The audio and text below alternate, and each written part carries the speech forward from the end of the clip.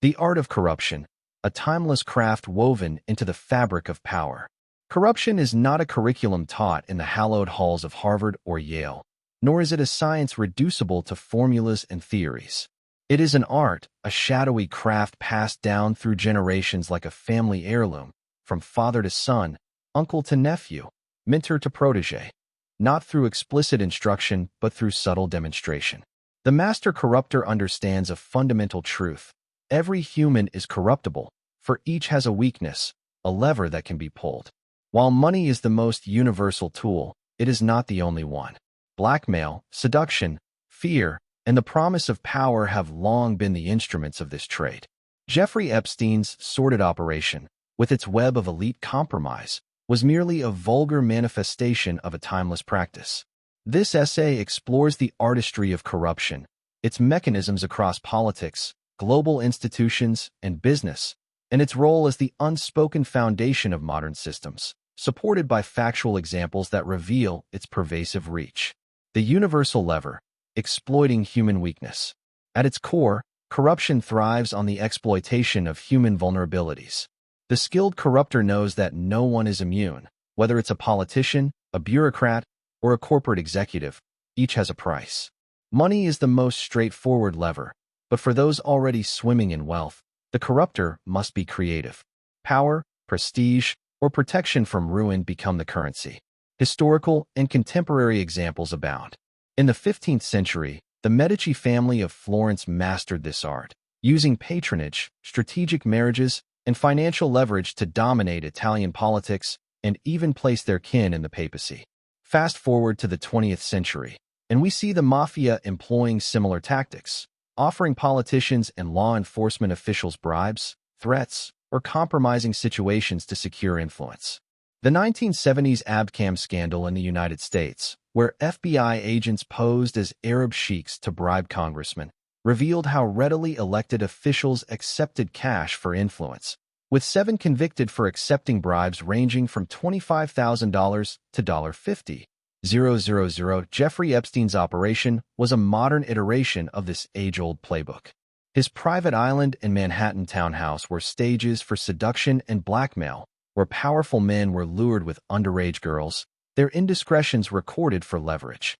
Court documents and victim testimonies from Epstein's 2008 and 2019 cases confirm that his network ensnared politicians, businessmen, and academics, ensuring their compliance through fear of exposure. For those beyond the reach of money or flesh, the corruptor offers an irresistible deal, a proposal they cannot refuse, whether it's a seat at the table of power or the promise of survival in a cutthroat world. Politics as theater, the illusion of choice. In democratic systems, citizens believe their votes shape the future, but corruption ensures that the game is rigged long before ballots are cast. The cabal, a term often used to describe shadowy elites, preselects candidates who are pliable, those with skeletons in their closets or ambitions that outweigh their principles. These candidates are groomed, funded, and propelled into power, often pitted against each other to maintain the illusion of choice.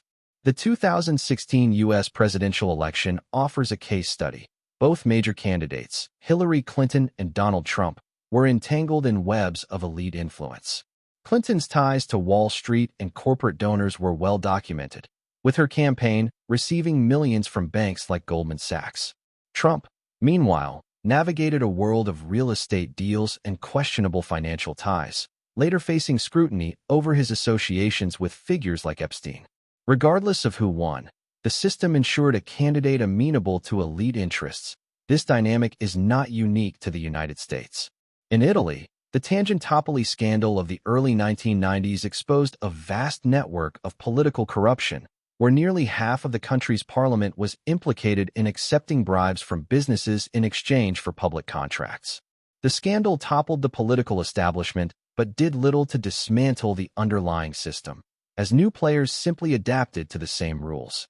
The corruptor's genius lies in creating a theater where the audience believes they are choosing, while the script is written by those at the top. Global institutions, corruption as diplomacy. For global institutions like the CIA or the International Monetary Fund, IMF, corruption is merely diplomacy by another name. The archetype of the economic hitman, as described by John Perkins in his 2004 book Confessions of an Economic Hitman, illustrates this vividly.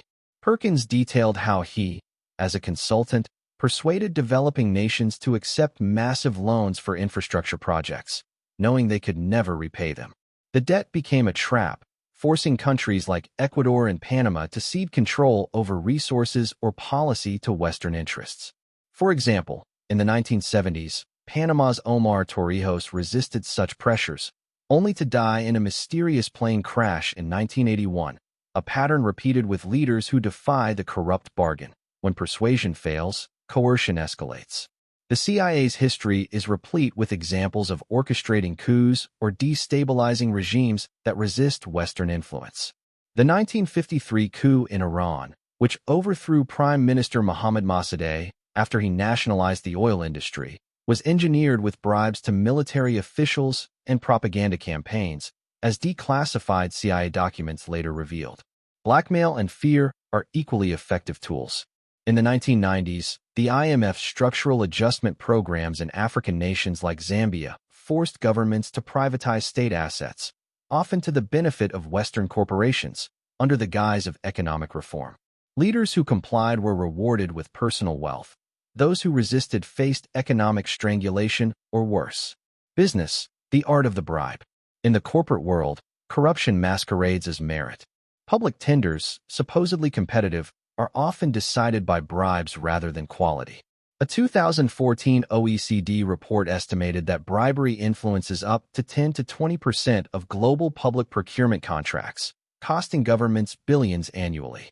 In 2015, the FIFA corruption scandal exposed how executives accepted millions in bribes to award World Cup hosting rights, with payments funneled through offshore accounts and sham consulting contracts. Similarly, in the construction industry, companies like Brazil's Odebrecht paid over $788 million in bribes across 12 countries to secure contracts, as revealed in the 2016 Lava Jato investigation.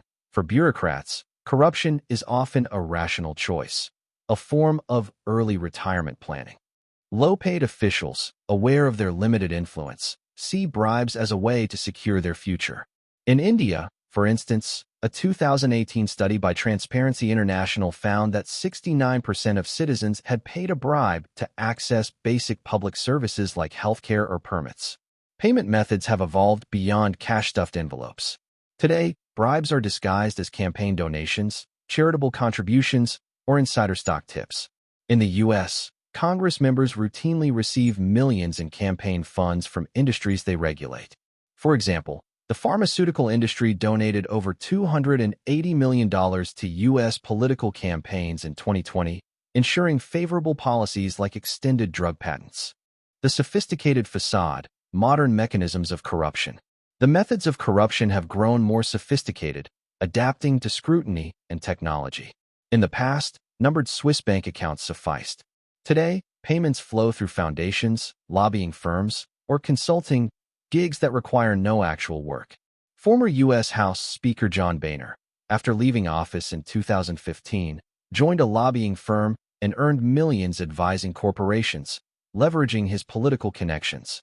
Similarly, Big Pharma entices doctors with all expenses paid conferences in exotic locales, where spouses and mistresses are welcomed. A 2019 ProPublica investigation found that doctors who received such perks from drug companies were more likely to prescribe their products, even when cheaper alternatives existed. The military-industrial complex employs a more direct approach. Defense contractors like Lockheed Martin and Boeing secure contracts worth billions through kickbacks and revolving door hires, where former Pentagon officials become corporate executives. The 2008 conviction of Pentagon official Darlene Druyan for funneling contracts to Boeing in exchange for jobs for her family exposed this systemic issue. For those with more carnal weaknesses, the Epstein model persists. Elite escort services, hidden cameras, and compromising footage ensure compliance. The 2019 Epstein case revealed how such tactics were used to control influential figures across industries. Corruption as the system. Far from being an aberration, corruption is the scaffolding of modern systems. It is not a glitch but the operating principle, embedded in politics, global institutions, and business. The art of corruption thrives because it adapts, cloaking itself in legitimacy, whether through campaign donations, consultancy fees, or diplomatic deals. It exploits human nature, offering what cannot be refused: money, power, pleasure, or survival. From the Medici to Epstein, from Tangentopoli to Lavajato, the craft persists, passed down through the ages, refined but unchanged in its essence. The house always wins, not because it is stronger, but because it knows the game better than anyone else.